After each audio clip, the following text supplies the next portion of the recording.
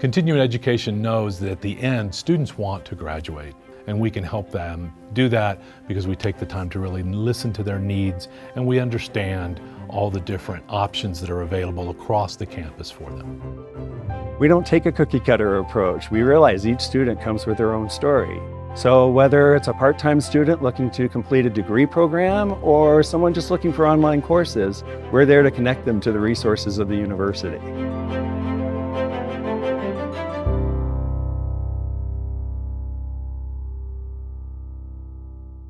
All right, good morning, everyone.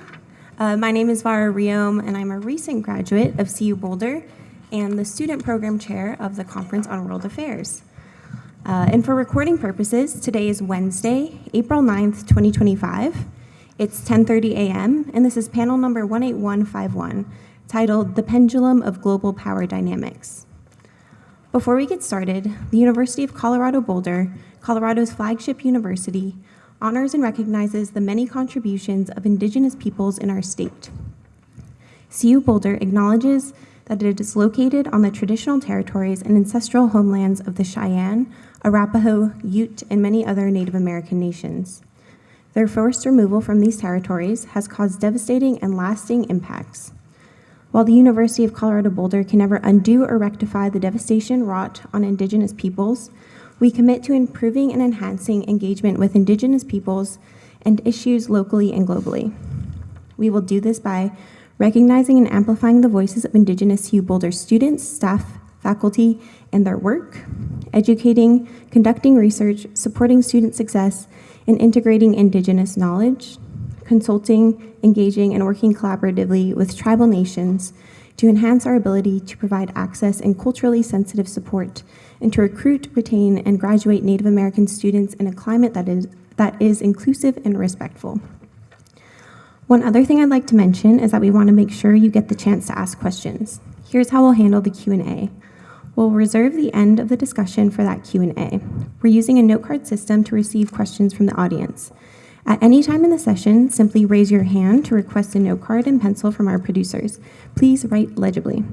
If you are a student, please note this in your question on the card. When you finish, raise your hand and hand it to a producer who will bring it up to me. I urge everyone to please make your questions brief and to the point. And now I'd like to do a brief introduction of each panelist, and for more information, you can visit our website. So we're going to start down with Hadar Harris, who is the Managing Director at PEN America and an award-winning international human rights attorney who has worked in more than 25 countries. She previously directed the Student Press Law Center, the Northern California Innocence Project, and the Center for Human Rights and Humanitarian Law at American University. She began her career as an executive director of the Congressional Human Rights Caucus. She is a graduate of Brown University and the UCLA School of Law and has served on several boards, including Amnesty International USA. Next, we have Natasha Lindstaet, who is a professor of government at the University of Essex, specializing in authoritarian regimes, autocratization, failed states, and human security. She has written or co-edited multiple books, including Democracies and Authoritarian Regimes, Human Security in Disease and Disaster, and the co-edited research handbook on authoritarianism. Beyond academia, she has served as a consultant for the United Nations Economic and Social Commission in Western Asia, the European Union External Action Service, and IDEA International. Next, we have Jim Mittelman, who is a distinguished research professor and university professor emeritus at American University, focusing on globalization, development, knowledge production, and political economy. He has held academic leadership positions at Queens College, CUNY, the University of Denver, and the National University of Malaysia, among others, and was a member at the Princeton Institute for Advanced Study. He is a frequent commentator in major media, and for the record, he's writing a piece that will appear in the Daily Camera about CWA, so make sure to check that out. Where was I? And the recipient of the International Studies Association Distinguished Scholar Award. He has also authored numerous books, including The Globalization Syndrome and the forthcoming Runaway Capitalism. Finally, we have Joseph Cirincione, who's a national security analyst and author with 4 decades of experience in Washington, D.C. He has advised 3 presidential campaigns, including Barack Obama, Bernie Sanders, and Elizabeth Warren, and served on the International Security Advisory Board for Secretaries of State John Kerry and Hillary Clinton, and led organizations including the Plowshares Fund. He is a member of the Council on Foreign Relations and has authored or edited 7 books on nuclear security, taught at Georgetown University, and regularly makes media appearances. All right. Well, we have a great set of panelists here. Awesome. And so to begin, I have a very broad question for all of you. So the title suggests that power dynamics in the international system are shifting. Perhaps that one global power, the US comes to mind, is ceding some of its influence to another or even multiple states or actors. Do you think this is the case? And if so, how and why? And I'd like to start at the end with, I'd like to start next to me with Joe and move down the line. I was nice to you this time, Hadar. Thank you, Vara. Yeah. Thank you very much. I'm happy to answer that, and I'm happy to be back at CWA. It's astonishing. I'm not sure, but I think this might be my 15th year at CWA, and it's always a pleasure. It's always great to come here. And when I'm not speaking at CWA, I live and work in Washington, D.C., where, as Vara said, I've spent over 4 decades. And in those 40-plus years of participation in war games and simulations and policy debates, articles, appearances, I have never encountered a situation where the United States switches sides in the middle of the game. I have a friend who ran war games for the Pentagon, and he said if somebody had suggested such a scenario, it would have been ruled out as wildly implausible. But that's exactly what's happening now. This is the most profound geopolitical event of this century, certainly of this century. You have to go back to the fall of the Soviet Union back in 89, 91, to get something that has an equivalent impact. And it has set international relations on their head. As the foreign policy leader of the European Union said, the free world needs a new leader. The United States is no longer the leader of global democracies, the Western Alliance, international agencies, the international liberal order, which is this collection of organizations and institutions and norms that we've created over the last 80 years, led by the United States, directed often by the United States. That era is over, and it's causing profound dislocations in almost every area of international affairs. I mean, the turmoil over the tariffs, which is in itself an incredible transformation of global trade, global economies, all by itself, and may be the worst thing that this administration is doing in a long list of terrible things. That's just part of it. And to give you some idea of what this means, the man who's going to be the next chancellor of Germany, Friedrich Merz, was elected recently. Just yesterday, he formed his ruling coalition with the Christian Democrats, which he heads, a very conservative party, and the Social Democrats, and he'll be sworn in as chancellor momentarily. And he said that his #1 priority was to build up Europe so we can achieve true independence from the United States. Let that sink in for a minute. Germany wants true independence from the United States. We haven't had a German chancellor say that since Hitler. Germany has always been a key ally of the United States. It has the strongest economy in Europe. It's been our partner in the construction of the Western Alliance and the construction of the international liberal order. And of course, after the fall of the Soviet Union, Germany was absolutely key in reuniting and then being the anchor for our security framework in Europe. They want true independence from the United States. What they mean, one of the reasons they say that is, as others have said, they can no longer trust that the United States will come to their defense. So you have to understand, it was April 4th, 1949, that in Washington, 12 nations came together to sign the NATO treaty, the NATO alliance. And that has now grown to over 30 countries in the NATO alliance. And that treaty was founded on Article 5, that if one country is attacked, the other countries will come to their defense.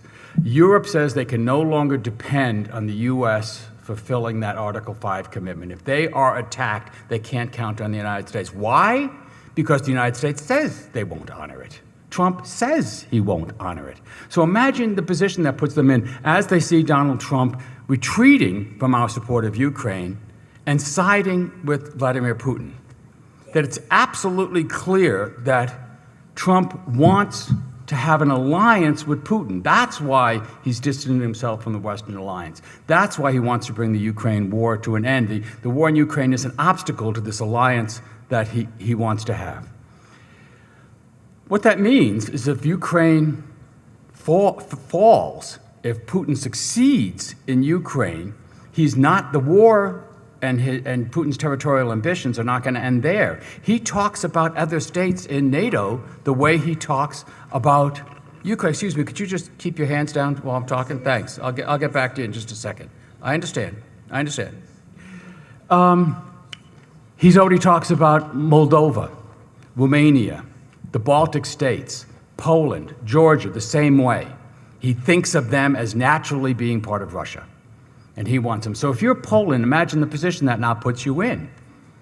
Who's going to defend you? Can Poland mount a conventional resistance to Russia's army? I mean, not now, but in 2 years, 3 years, 4 years? Well, that's why Poland has now radically increased its military budget, instituted conscription of all men 18 and older into a military service in Poland, is ramping up, and is now starting to think about getting nuclear weapons because of the kind of threats that Putin has made on Ukraine, backed up by his constant nuclear threats. So if Poland, you have to take this seriously. The U.S. is not going to come and extend its nuclear umbrella, which is what we have done for these 75-odd years. You, Europe, don't have to get nuclear weapons. We have nuclear weapons. We will use them in defense of you.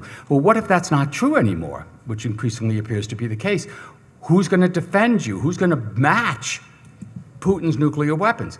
Well, Macron, the leader of France, has said, well, he will do that. He wants to talk about a Euro deterrent. So there are discussions with Germany and Poland. I've already informally started in this.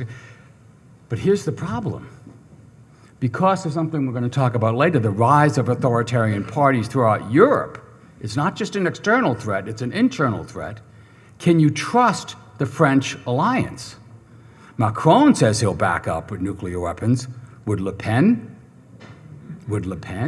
If the National Rally Party, a far-right, pro-Putin party, comes to power, as it well might, it's the second largest party in fact, it's the largest party in the National Assembly right now. Le Pen has already said French defense is for French defense. Okay, what about Germany? Can they step into the breach? Can they provide nuclear weapons? They have the capability of making nuclear weapons. They used to have a nuclear weapons program in the 50s. Can they do it again? Well, maybe they could. Can you trust Germany? What if the second largest party in Germany, the AfD, the Alternative for Deutschland, gets elected? Again, a far-right pro-Putin party. What if they get elected to Germany? You will have what New York Times author, whose name I now forget right now, calls fascists with weapons. Fascists with weapons. This nightmare scenario could develop over the next 4 years. Bret Stephens calls fascists with weapons. So if you're Poland, you have to consider having your own capability, not just your own conventional military, not just increasing your military budget, but looking at nuclear weapons in order to offset this threat. That just is one sliver of the kinds of changes that were unthinkable 5 months ago that are now plausible future scenarios. So buckle up, kids.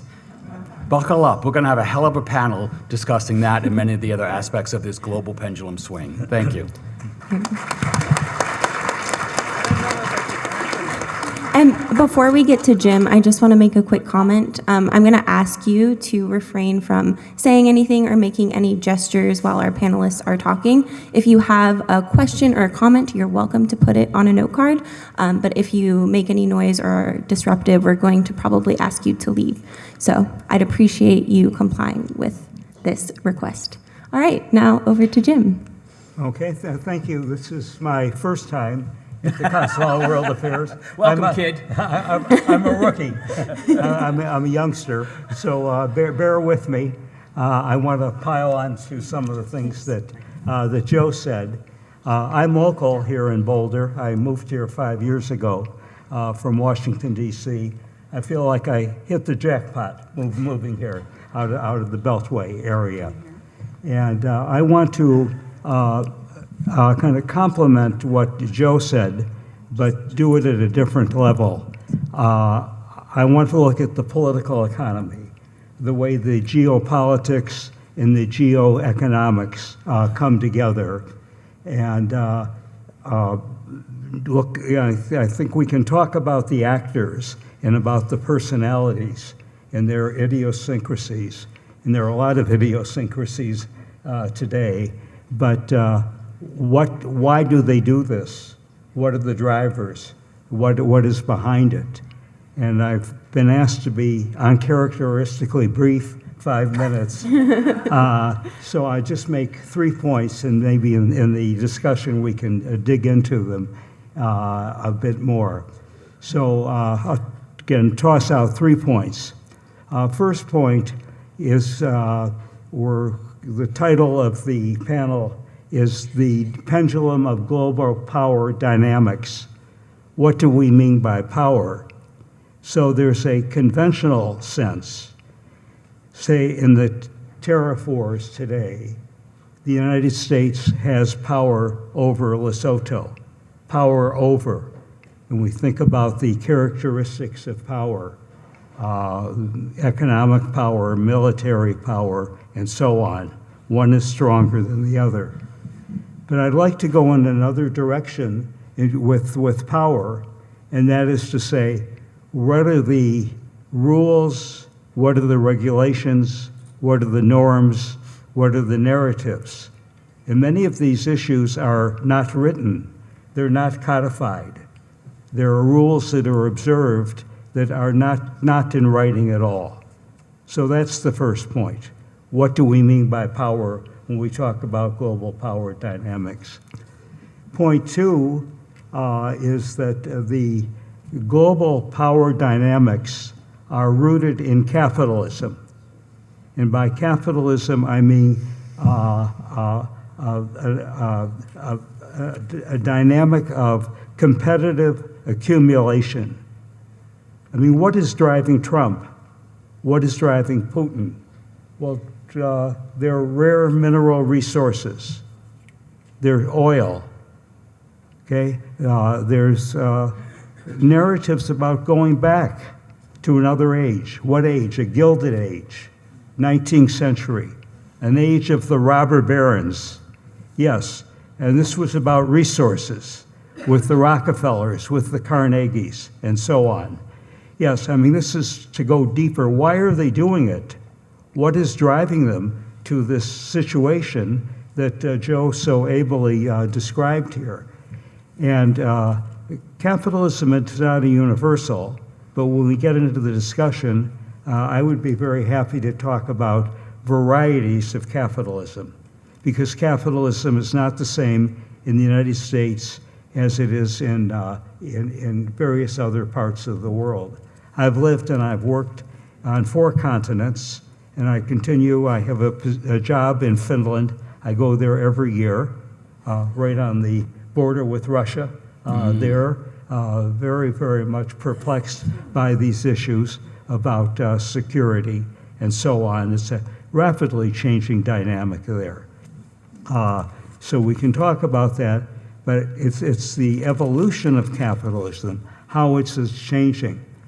And my final point, the third point, is that if we look at capitalism, I think we're entering a whole new era. And this is just what Joe was talking about. But what is that era? What is the change? Transition from what to what? So let's take as a baseline the 1960s. And I'm old enough, and I look at some of the gray hair out there, some of you are too, to remember what was called the Reagan Revolution. And this was a major change. I mean, it was perplexed. I remember the debates in Congress, which were televised at the time, with the onset of neoliberalism.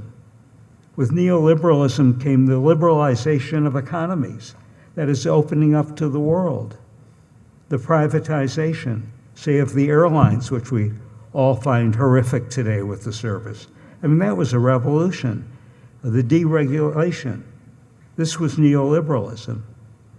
Today, neoliberalism is dying.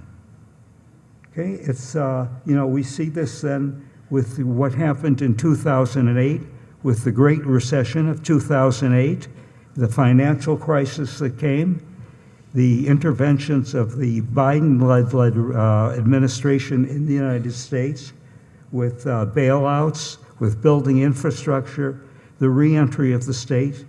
So the transition is from neoliberalism to neo-mercantilism, that is a form of economic nationalism that's taking place, with protectionism. And that's what we had in the late 19th century. It's going backwards rather than going forwards. So what we are returning to now are spheres of influence. It's a new Monroe Doctrine for the United States, but the difficulty is no one knows what the boundaries are. What exactly are the boundaries? When we have a government that's practicing tariffs, that's a form of economic coercion. This is what tariffs actually mean. It's the extraction of rare minerals, of resources, say from Greenland. The whole map is being redrawn. There's a move toward territorial expansion to Panama, other parts of the world. This was imperialism of the 19th century. It's a neo-imperialism today, and even the language is changing. Language is changing very much. So now we have the Gulf of America. We have our land instead of Greenland. We have Panamaga, instead of Panama today. So it's a changing dynamic that we find. And to me, this is a crisis of hegemony. Because what does hegemony really mean?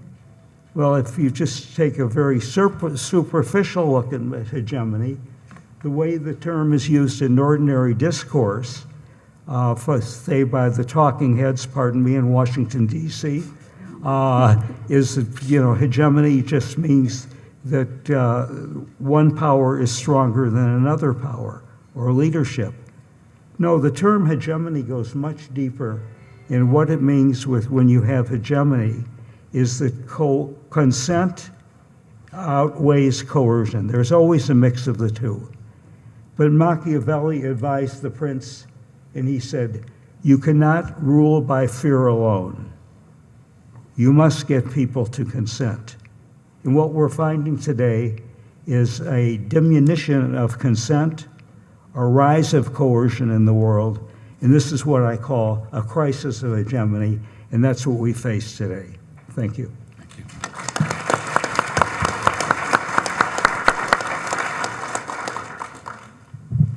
Hi, everyone. Let me just make sure you can hear me okay. Can everyone hear me okay? Okay, great. It's great to be here. This is my first time at CWA, and I've really enjoyed it. I had my first panel yesterday. So this is a little bit different, but there are some similarities to the previous panel where we were talking about oligarchs.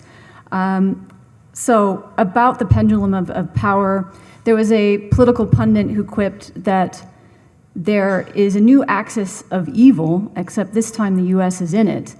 And let's just take a look back at how we got here, what happened. And, when we think about when the Cold War ended, you could arguably say that U.S. hegemony was at its height.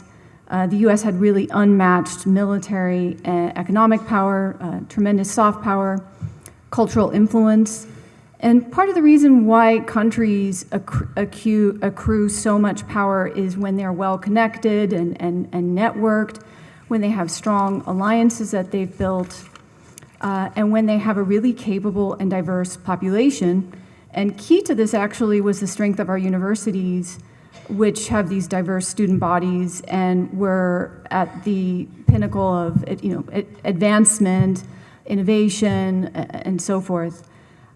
We see that there's been tremendous pressure on all of the things that has made the U.S. so dynamic and attractive. And this is also happening at a time when authoritarian regimes are rising. So probably the last 20 years has been a rise of autocratization, and by that I mean that there are more and more countries that are becoming autocratic, and we're also seeing this authoritarian resurgence, and by that I mean authoritarian regimes are becoming more assertive, more aggressive on the global stage, and this is all kind of colliding at the worst time as the U.S. is retreating and almost siding with autocrats. It's sort of crazy that you have the former Prime Minister of Canada, Justin Trudeau, was saying that he thinks that Trump is purposely trying to destroy the Canadian economy so that the U.S. can annex it. So there's huge tariffs on our allies like Canada, while at the same time there weren't any tariffs applied to Russia, although we do only about $3 billion of trade with Russia. Still, it's mind-boggling. You couldn't really have predicted this even a year ago, that this was the state that we were going to be in. And we see that countries like Russia, like China, are trying to fill the void, trying to spend money on soft power. Both of them have been. China spends somewhere around $10 billion on soft power, but much, much more on their infrastructural investment that's taking place all over the world. And China will be attractive to other countries, even though there was a time when the U.S. could arguably be one of the countries with the greatest amount of soft power and influence, but we are ceding that willingly for some reason. But I think that authoritarian regimes, I'm going to wrap it up here, they have an Achilles heel in that they tend to muzzle their best people. They tend to muzzle their best and brightest because they're threatened by them. And that's where I'm the most concerned about the U.S. and the path that we're going, where we are muzzling our best and brightest. How is this going to affect American mentality, which had been heralded for being innovative, can-do style thinking, very creative, outside the box, bringing everybody in, a diverse amount of perspectives, incredibly open-minded, and that's why we attracted a huge pool of talent. But we're moving in a direction of trying to stifle people, and we will be increasingly less attractive if we continue to do so. Thank you.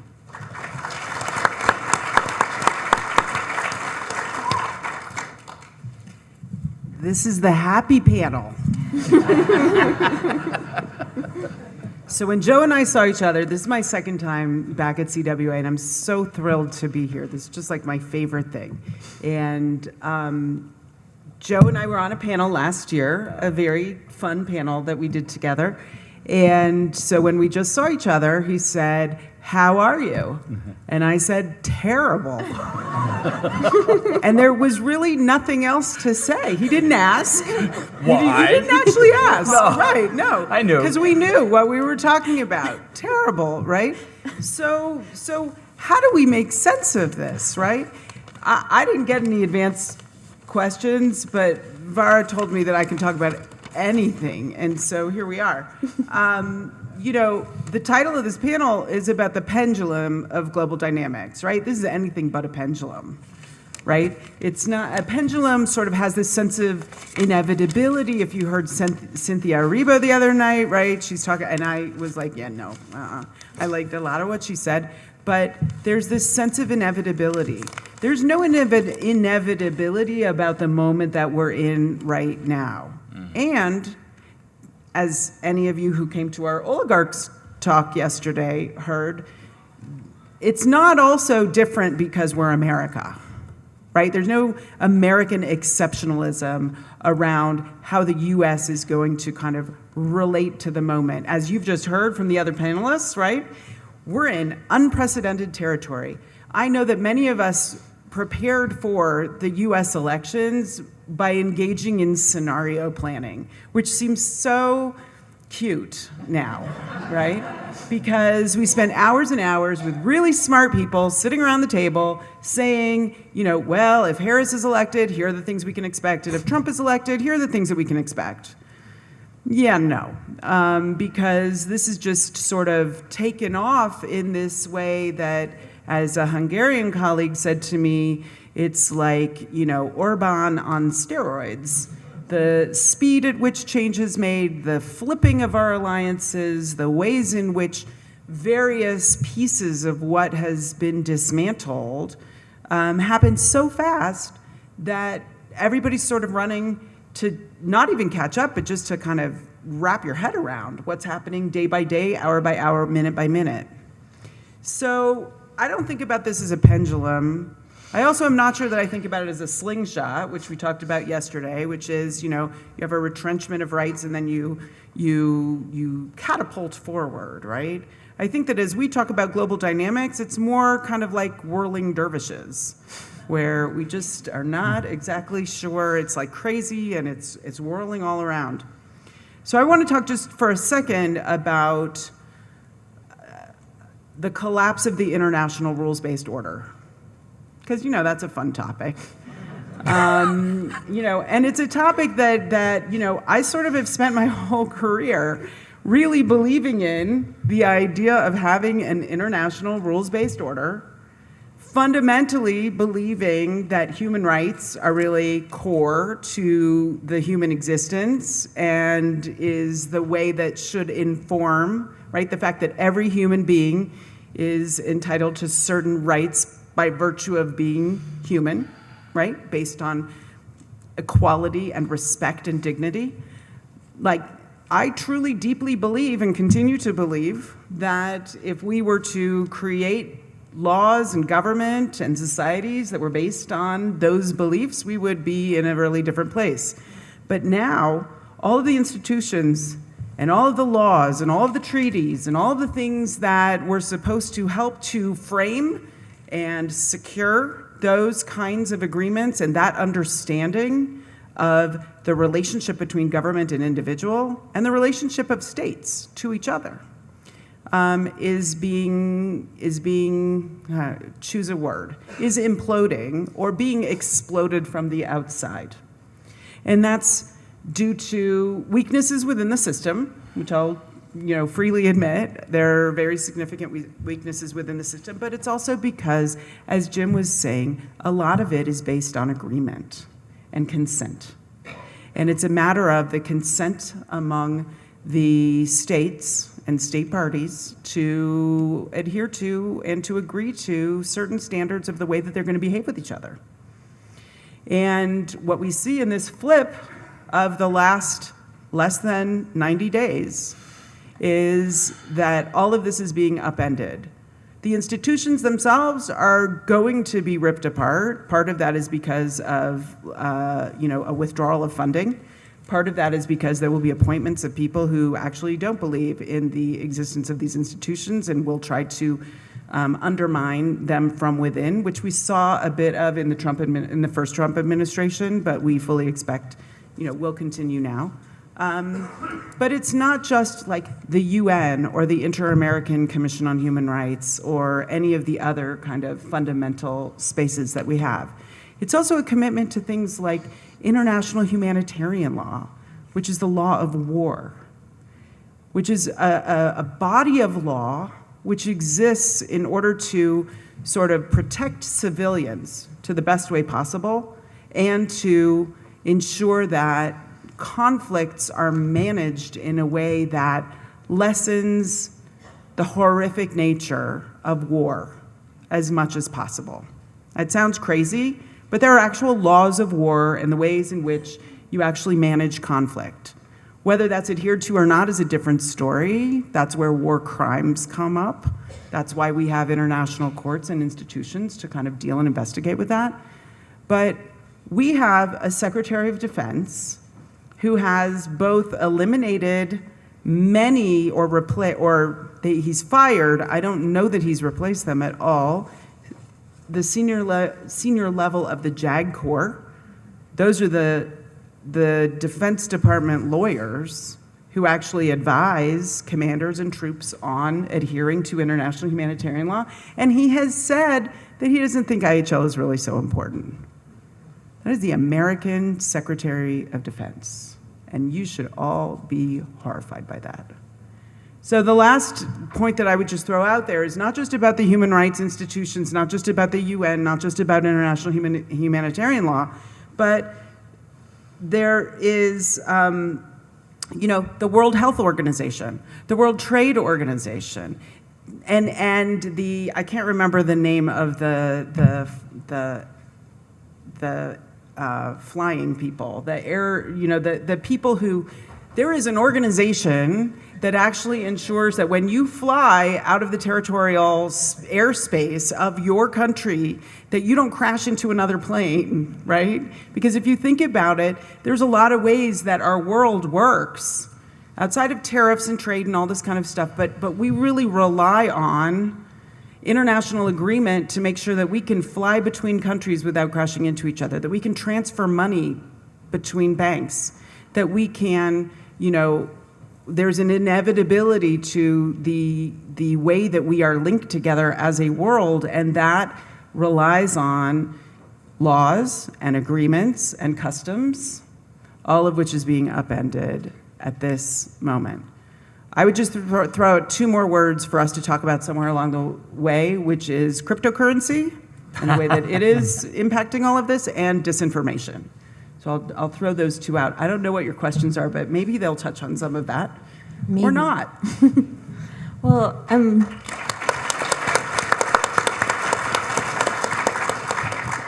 a little disappointed because I had many questions that I thought were quite clever, but you guys kind of touched on a lot of them in your opening statement, so I'm a little disappointed, but it's okay.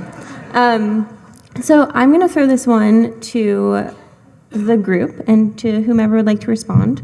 In an era of economic interdependence and geopolitical rivalries, do you see globalization amplifying certain countries' power, or is it creating vulnerabilities that shift the balance between major and emerging powers? And I think, Jim, this will be an excellent question for you. Okay. First of all, what we're finding today is a reglobalization. Yeah. This is a debate, and there are the hyper-globalists, who believe that we should go gung-ho and increase globalization. The other side of the debate, the far end of the debate, is with those who believe in deglobalization.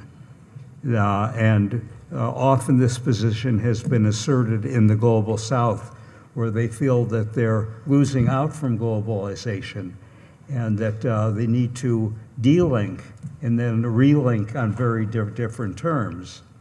But in between you get to reglobalization, and the question is, how is globalization changing? Because it's always changed. Historically, we can demarcate different phases of globalization. It goes back centuries and centuries for globalization. And there are indicators that measure globalization. There are different kinds of globalization, not just trade, not just investment, but migration, cultural flows across borders, political globalization with different types of representation around the world. And until very recently, what the indicators have consistently shown is that globalization has not declined in the last decade or two, but it has plateaued. It has plateaued, and it's affected various regions of the world and various countries quite differently. They're inserted on different terms. So yes, the focus is on current events. This is what's in the newspaper day to day, but it doesn't mean in aggregate that globalization has gone down. For example, when we look at the cultural flows with music, with language, the way that language interpenetrates with one another. I'm a Kiswahili speaker. I can quote sentences for you right now that have words in Kiswahili that are derived from 7 different languages. Yes, many of them from Arabic, going back to the slave trade and so on. We have these kinds of cultural mixes. In English, we have words that come from different languages that are part of our everyday languages. Oh, they're running amok. Where does the word amok come from? It's from Malay, okay? In Bahasa Melayu, the word amok means crazy. It's a noun for crazy. We have words from Hindi. So, yes, globalization is uneven. There are dips and flows historically. We may be seeing a major dip right now in cross-border investment, in cross-border trade, but this is a type of re-globalization. It does not mean that globalization is fading, or as some newspaper articles, magazine articles have had it, say that globalization is dead. This is nonsense. Thank you. So, Hadar, this one might get a little bit to the thing you wanted to talk about. But how are rapid advances or changes in technology, particularly AI, crypto, cyber warfare, and surveillance, reshaping the power equation, and what ethical or perhaps legal frameworks need to emerge to keep pace? I mean, I said crypto because I think you're supposed to say crypto on these panels. You know? It's not that I understand anything about it, but I know that it's an important thing. Just like you're supposed to say AI on these panels too, right? So that was perfect. That's great. I don't know, right? I mean, like sometimes you have to say you don't know. I don't know. It's all moving really fast. It's all scary. It's all secret in some ways. It's all like the whole idea of cryptocurrency, as I understand it, which I don't, is that you can't trace it, you can't find it. It's sort of imaginary money, but it's not imaginary money, right? That's sort of how I understand it. But again, if somebody would like to guide me in it so that I could make my crypto billions, I don't think I want that. But it's what it does is to provide a tool for autocrats to actually do whatever it is that they want. I will say, one of the things that President Trump did in the early days in office, see, I did know a little bit of something, was to create a crypto, what was it called? A crypto The Trump sovereign wealth fund, right, basically. And this is one of the things that people are not paying attention to. There's a lot of stuff that people are not paying attention to. And part of it is because there's this shiny, horrible thing over here and a shiny, horrible thing over here. And so we're paying attention to those things. And as I've said on many panels, the things that scare the hell out of me are the things that we're not watching and the things that we're not seeing. So this sovereign wealth fund that he wants to create and this crypto bank that he wants to create is the thing that autocrats do all the time, right? And he wants to sell off federal lands and put the money from the federal lands into the sovereign wealth fund so that he has money to control outside of Congress, because Congress controls the purse, but a sovereign wealth fund is controlled by the executive. And that should scare people, right? So in terms of crypto, that scares me. And it's not just Trump doing it, it's autocrats all over the world doing it, and I don't know where it leads because I don't understand crypto, but I know that this is a bad thing. In terms of AI, I really don't understand that. I will leave it to 17-year-old son, and he can explain it to you all, but obviously the way in which AI is shifting and changing the workforce around the world, the way in which AI hallucination, so I do know a little bit, might contribute to disinformation is a bad thing too. And the way in which AI is being weaponized against individuals. We just had a notice yesterday about the government in this country scanning through federal workers' emails and and swipe passes to be sure that they're in the office at the exact right time, that they are not engaging in any work that might be related to DEI, or a variety of other things. And this morning, there was a notification that anybody that's applying for permanent residency status or any immigrant status in the United States would be subject to a search of all of their social media platforms and backgrounds prior to any kind of acknowledgement, and again, weaponizing anti-Semitism as the justification for doing this. We can talk all about that, but that's not this panel. So that's where I would kind of place these different pieces. And because Natasha's nodding, I'm thinking I'm saying maybe some of the right things. No, absolutely. Absolutely. I just would quickly quickly interject. I mean, I think that you're right on. Cryptocurrency, I would just see leading to greater concentration of wealth in the hands of the few, and where autocracies can take advantage of this, violent groups can take advantage of this, and then AI, more Big Brother, more huge advancements that autocratic regimes are taking advantage of. And they're selling and sharing this type of technology to other regimes who are readily interested in taking up on how to use AI effectively to monitor their own people.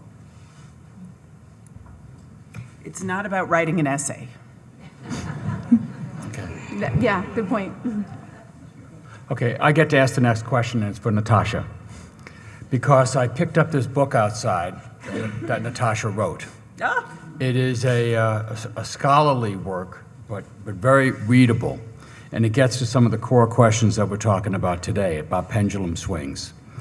You remember I said that this shift of Donald Trump to an alliance with Putin and an abandonment of the Western alliance was the biggest geopolitical swing we've seen since the fall of the Soviet Union. Well, the fall of the Soviet Union led to a surge in democracies around the world. I know that because I read this book. And then but that surge has stopped. And now, for the first time since then, most of the countries in the world, says Natasha, are classified as autocracies. And this democratic backsliding, as I learned it's called, and here's what I quote, and here's my question to you, happens in this way. Would-be autocrats, quoting, would-be autocrats and their ruling parties are not being launched to power by military, so by coups or military takeovers. Instead, since 2010, they were seizing power through a series of incremental, informal, and legal changes that have low transaction costs, but that undermine mechanisms of accountability. These systemic micro-assaults are launched on multiple fronts. Well, if that doesn't describe what's happening right now in this country, I don't know what does. Is that your view? Are we seeing this technique, this assault that we were documenting in Hungary, in Poland, in Turkey, in Russia, happening here? Oh, definitely. I think we've touched upon this too in different panels as well. So I guess the question is how fast is it happening? Previously, the main way that a democracy would fall was a coup. It was the vast majority of democracies fell because of a military coup, or elites were sort of ousting the democratically elected leader. And revolutions were still pretty rare, but we really didn't understand this idea of autocratization or democratic backsliding, where it was sort of this slow, sometimes it's called a slow burning coup. People have different labels for it. But I think the key thing is it happens without people really understanding that it's happening, that they're not aware that it's happening, or they may fully support that it's happening. They may think we need a really authoritarian strong hand, a strong man to take care of us, to solve all our problems, and they tend to sell it in this way that there are real problems, but also imagined problems that the would-be autocrat likes to amplify and say, I alone can solve it. But we see in other countries that eventually became dictatorships, a lot of the moves towards autocracy happened through referendums. People voted for autocracy. They voted to get rid of term limits. They voted to allow the president to have a lot more power over the judiciary. They voted to weaken the power of the legislature. They voted to support infringements on civil liberties and human rights. And they did it because they were sold this narrative that this needed to happen in order to have, prosperity, and sometimes tapping into nostalgia of some bygone era that supposedly was so much better. So I think this is definitely happening here, but a common question I often get is, so is the U.S. an autocracy or not? Is the U.S. a democracy? Like, where are we? I think we're somewhere in this hybrid regime place, not as bad as Hungary at the moment. I don't imagine we'd ever be like Russia. I think there's just too many decades of democracy that have happened, and our institutions are much, much stronger than in the case of Hungary. But there's a lot going on right now on multiple fronts, and the Trump administration did call it shock and awe, that it would happen so much, there'd be so much happening that we would not be able to, as Hadar mentioned, we wouldn't be able to kind of keep track of all the different things that are happening. From one moment he's going to try to get the Panama Canal, then he's going to try to get Greenland, then he's going to try to annex Canada, then he's trying to leave NATO, then there's so many things happening that you caught on the back foot, and that is by design so that we don't see how deeply the rule of law has been undermined, how much power has concentrated in Trump's hands, how he's surrounded himself by sycophants and people that really don't know what they're doing. And some do know what they're doing. Some do know what they're doing.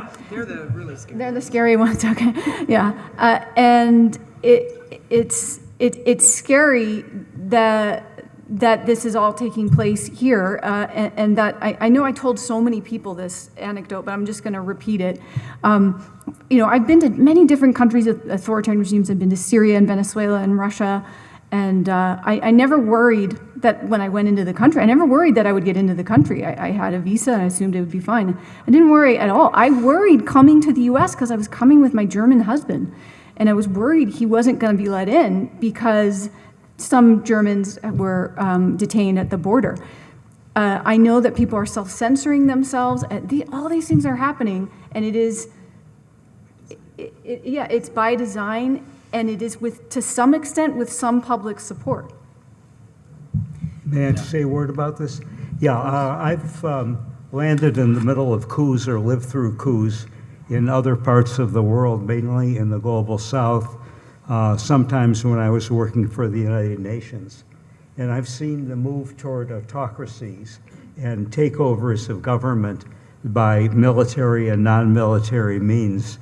I think we have to be historical, and as Natasha was just saying, to be very, very contextual about this. What is unprecedented here in the United States today is that this is a billionaire coup. I've never seen a billionaire coup before. I've seen military coups and so on, but this comes back to my point about capitalism, is that we're talking about the role of money in politics. This is what the basis of it all is.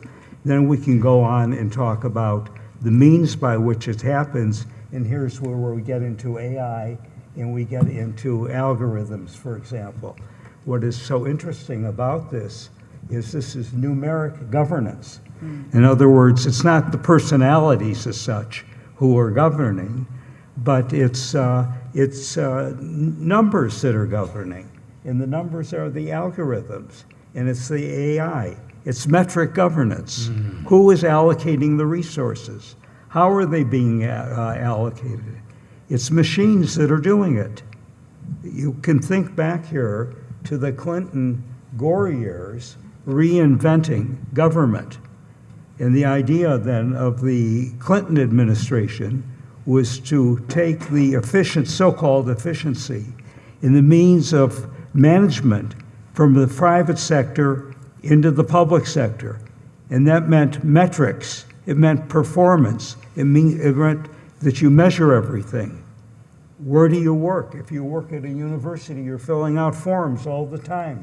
You're being measured, citation counts, rankings, and so on. We go online, we want to see a restaurant. What is the restaurant? The hotel rank. This is numeric means, but it's into governance today. But it's just a means. It's not the ends. But sometimes the ends and the means get very confused. But I come back to my fundamental point. This is money in politics, and this is what it's about. It's the political economy. If it weren't Trump, it would be someone else. Because we have a long historical streak in the United States of fascistic and authoritarian tendencies, going back to the Ku Klux Klan, to Father Coughlin, to Huey Long, and Henry Ford.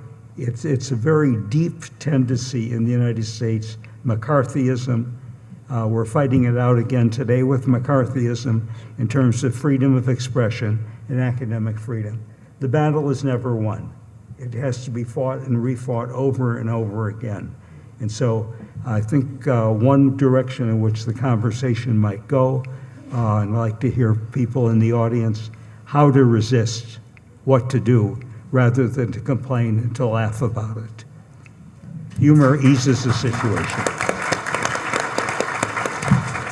That's my favorite topic, but just a quick reality check. As we're trying to kind of put frames on where we are at this moment, and you know, are we fully autocratic or whatever, it has been 79 days. Today is day 79. So I just want to throw that out there for you. Can I ask a question? Of course. Quick question. Okay, so this is for Joe. Let's just play devil's advocate. I'm going to try to do that. That supposedly Trump is afraid of nuclear war. Is there anything that he is doing with Russia that is good? Good question. Almost everything Trump has done in regards to Russia has been good for Putin and bad for American security. You know, the test you ask is cui bono? Who benefits from this action? And almost everything he's done, including the very first memo that our Attorney General, Pam Bondi, issued, was to disband the task force that was going after Russian oligarchs. It was called Operation Klepto Capture, disbanded it. The second thing she did was take down the task force that was monitoring the Foreign Agents Registration Act, and that was preventing foreign agents like Russians from interfering in American political involvement. So everything has benefited at Putin. Is there a possibility that Trump could act on his verbal expressions of concern about having too many nuclear weapons? It's possible. It's possible he could make a deal with Putin to replace the arms control agreement that we have that's expiring next year, which will be the last agreement standing that's regulating strategic nuclear weapons. It expires in February. It has to be replaced. If it's not replaced, that's the end of strategic arms limitations and reductions that began in '72 with Richard Nixon. It's possible he could replace it, maybe adjust it. Maybe it's not a treaty, maybe it's an agreement. This Saturday, he's sending his apparently envoy for everything, Steve Whitlock, to Iran. After he did not end the Gaza war and did not end the Ukraine war, he's now going over to have discussions with Iran. Can you get a deal with Iran? It's possible. But here's the new way to think about this. What does Putin want? Does Putin want the U.S. to have a deal with Iran? Well, in fact, he does. So maybe we could come to some agreement where Iran could roll back its nuclear program and achieve some sanctions relief in the bargain. That's possible. Could he do it with North Korea? Renew his bromance with Kim Jong-un? It's possible. The problem we have is what you're talking about, that he's got these incompetents around him who don't know how. What does Steve Whitlock know about Iran? Nada. What are they? These are amateur negotiators who are going up against some of the world's best in Russia and Iran. To the degree that the hostage negotiator who had been appointed by Trump, who had gotten involved in a variety of different things. They withdrew his nomination because he had bungled negotiations with Hamas in such a way. So just pointing that out. Right. So that's one of the limitations here. There are no pros involved, people who have done this before in this administration. And usually the presidential appointees are backstopped by seasoned career officials, but those seasoned career officials have been purged by this administration. So you're really handcuffing yourself, and it's based on this megalomane, or this narcissistic belief that I alone can do it, that I know how to negotiate a deal. It's not that hard. Well, let's find out. So is it possible? Yes, but I wouldn't count on it. All right, well, we have only about 10 minutes left, which is really unfortunate. So I want to make sure I get to a couple of these questions. There's a lot about the Trump administration, unsurprisingly, but one says, the U.S. is abdicating its leadership role under the Trump presidency. Is there any way that once Trump is out, that the U.S. can regain its role as a leader of the democratic world? Probably not. And here's why. Trust. He's broken the trust. Then this is, when Biden came into office, there was a feeling, okay, trust was the anomaly. Trump is back in office, and the feeling is Biden was the anomaly. And so how can you depend on what the United States tells you in 2030 with a new president? Is that president going to be in office in 2035? Who knows? So this is the end of the American, the period that began in 1945, where America was leading the democracies in the world. That is over, and it's happening now. I told my class that I talked to yesterday, I told the students, they're entering a world that is brand new, unprecedented. Everything's going to have to be reconceptualized, reinvented. And it ain't me who's going to be doing it. It's not us. It's them. It's the students in this university who are going to be entering into this world, and they have to recreate it, because it's not going to look like what it's looked like for the last 80 years. So now that all of our scenario planning meetings kind of are dead, the latest meetings that I've been involved in are ones in which we talk about what does our go bag look like for democracy. So, and these are conversations that are sort of just beginning. But what are the things that are most important for us to try to preserve so that those students, the future of where we're headed, are going to at least have those tools to be able to reinvent, to reconceptualize, to build upon, or to change, or to throw away. But what does the go bag look like? I just want to throw that out. Yeah, I'd like to pose a question to Jim or Natasha or both. So do we foresee any new coalitions or alliances forming to counterbalance traditional powers in the United States? How might that realignment affect existing international institutions or agreements? And also, are these new alliances democratic, or are they not? So to Jim or to Natasha. Do you want to go first? You go ahead. I'll do a quick answer to it. I mean, I do think that we used to have such a strong transatlantic alliance with Europe and Canada and Mexico, and you're starting to see that that's just going to erode because of what Joe already mentioned. I mean, they've lost trust in us. They don't feel like they can trust us. It takes a long time to build trust. It takes not that long to kind of lose it. And so I'll echo a little bit of what Joe already had said about how a lot of these, the European Union wants to be independent completely, and they'll forge new alliances, knowing that the U.S. is too erratic. We see that areas where the U.S. has sort of retreated, China is stepping in and trying to forge relationships. So where we had some influence in some parts of Southeast Asia, Thailand, Indonesia, these countries are moving more towards China. The Chinese have made huge inroads in Africa, in parts of Latin America, who had been more connected with the U.S. So that seems to be the way things are going, whether or not it's democratic or autocratic or not. Because overall the world is becoming more autocratic, unfortunately that is the trend. And a lot of these countries like the idea of having aid or development that comes in without strings attached. And so they find these alternative models to be attractive. The counterweight of that, of course, is the European Union.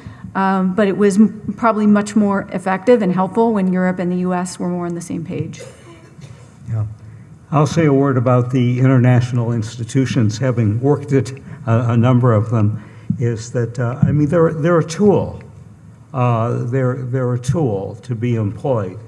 And I think one of the positive things that's coming out of this era is a re-examination of the international institutions. Take the United Nations, for example. It was really backwards looking. It was formed initially for security purposes to prevent a type of World War II situation from reoccurring. But it was not forward-looking, and it has been handicapped by the veto power of five countries at the United Nations. So and also you look at the UN agencies, the several agencies like the United Nations Development Program. Initially there was a social democratic vision. I've worked for UNESCO, for example, in Paris, and UNICEF. There was a social democratic, a humanitarian mission. Neoliberalism overturned this, and it became really about raising money, about privatizing, about deregulating, and so on. It is time to re-examine these institutions, but not in the way that they're being restructured today, not at all. But it's good to try to open them up and and we look here at the domestic agencies, like aid in the United States, which now has been collapsed, been shut down or reassigned to different agencies. Yes, I was always very critical of the way that aid was being carried out and what was being done in countries. Most of the USAID money was being spent back in the United States. It was tied to U.S. goods and U.S. manufacturing and so on.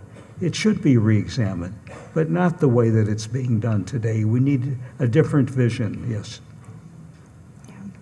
All right, Joe, I have a really quick question for you. You only have a minute because I have an ending question that I want you all to answer.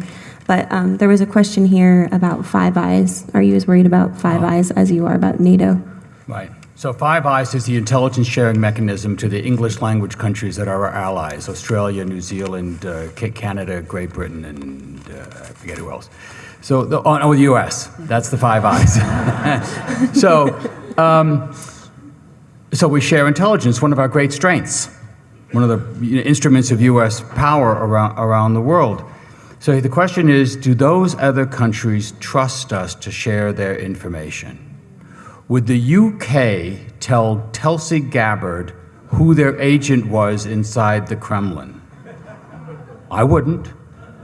It's funny, but it's not funny. Because almost certainly, and I think this is the assumption people are making, almost certainly whatever you tell the United States is going to get to Putin. Right? That's what I mean when we talk about that we've switched sides. That they can no longer trust that what they tell us or actions that they coordinate with us will be held in the interest of the Western Alliance, or in this case, of the Five Eyes. That another dynamic has taken over that. So that is starting to deteriorate. I know I'm going to use 10 seconds of my response to also tell you one thing. What we've been discussing today is the trends. It's the pendulum swing. It's the way it's going right now. It is not inevitable.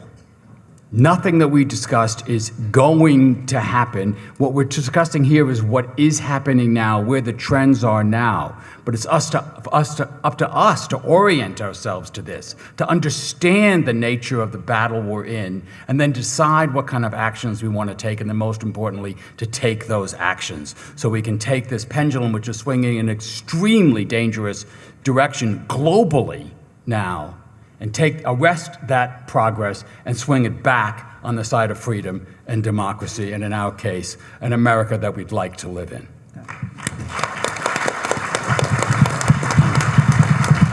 All right, 15 seconds to close us out. I'll start with Hadar. What do we do? What Joe In said. 15 seconds. What Joe said. You know, I said it yesterday, and I deeply believe it. Every single one of us has a responsibility and a role. And you live here in Boulder, Colorado, and so you kind of are like, well, we're good, right? It's Boulder, so it's good. But you are a multiplier. You have kids, you have friends, you have enemies, you have contacts all over this country. And you need to use the platform that you have. And I don't mean clicktivism. I mean actually talking to those people, not just sending them articles on email, but actually saying, what are you doing? I do this to my kid, like on the way to school. What are you going to do to save democracy today? And he said, let you go to work. So we're working on that answer, right? I mean, I need to go to work, but he needs to play a role. But it doesn't matter how old you are, and it doesn't matter where you live. You have contacts, if it's your grandkids, if it's their friends, you have a role to play, and you are a multiplier to make things happen. It is important for us all to show up. It is important for us all to pay attention, and it is important for us every single day to ask ourselves, what are we doing today? Like action, what are we doing today to save democracy?